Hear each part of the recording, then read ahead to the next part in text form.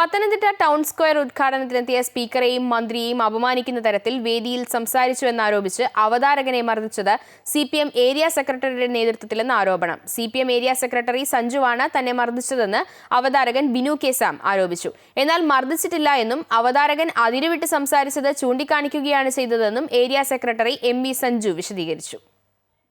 പത്തനംതിട്ടക്കാരല്ലാത്ത ഒരേ ഒരാൾ നമ്മുടെ ആദരണീയനായ സ്പീക്കർ ശ്രീ AN ഷംസീറാണ്.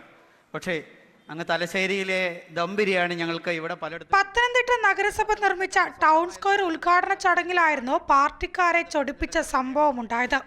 അവതാരകന്റെ ആമുഖ പ്രസംഗം നീണ്ടുപോയതിനാൽ സ്പീക്കർ AN ഷംസീറിന് ഉദ്ഘാടന പ്രസംഗത്തിനായി പ്രസംഗ പീഠനത്തിന് മുന്നിൽ കാത്തു നിൽക്കേണ്ടി വന്നു.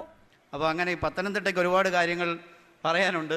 അങ്ങേക്കവിടെ അടുത്ത മീറ്റിങ്ങിന് വേണ്ടി ഒരു ഓട്ടത്തിലാണെന്ന് പറയാം. പക്ഷേ ഏറെ സന്തോഷമുണ്ട് അങ്ങയുടെ ഈ സാന്നിധ്യത്തിൽ. തികച്ചും ശേഷം ആരോഗ്യമന്ത്രിയെയും വെറുതെ വിട്ടില്ല.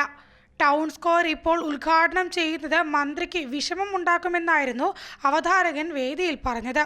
ടൗൺ സ്ക്വയർ ഉദ്ഘാടനം ചെയ്തതിൽ ഏറ്റവും വിഷമിക്കുന്ന ഒരാൾ നമ്മുടെ ആരോഗ്യമന്ത്രിയാണെന്ന് ഞാൻ പറഞ്ഞാൽ നിങ്ങളാരും ഞെട്ടണ്ട.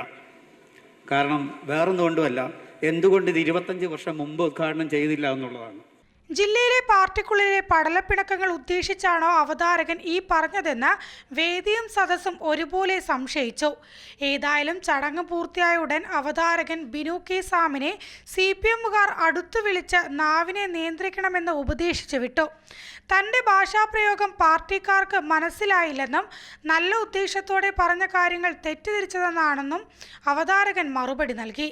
അമൃത ന്യൂസ്, പത്തനംതിട്ട.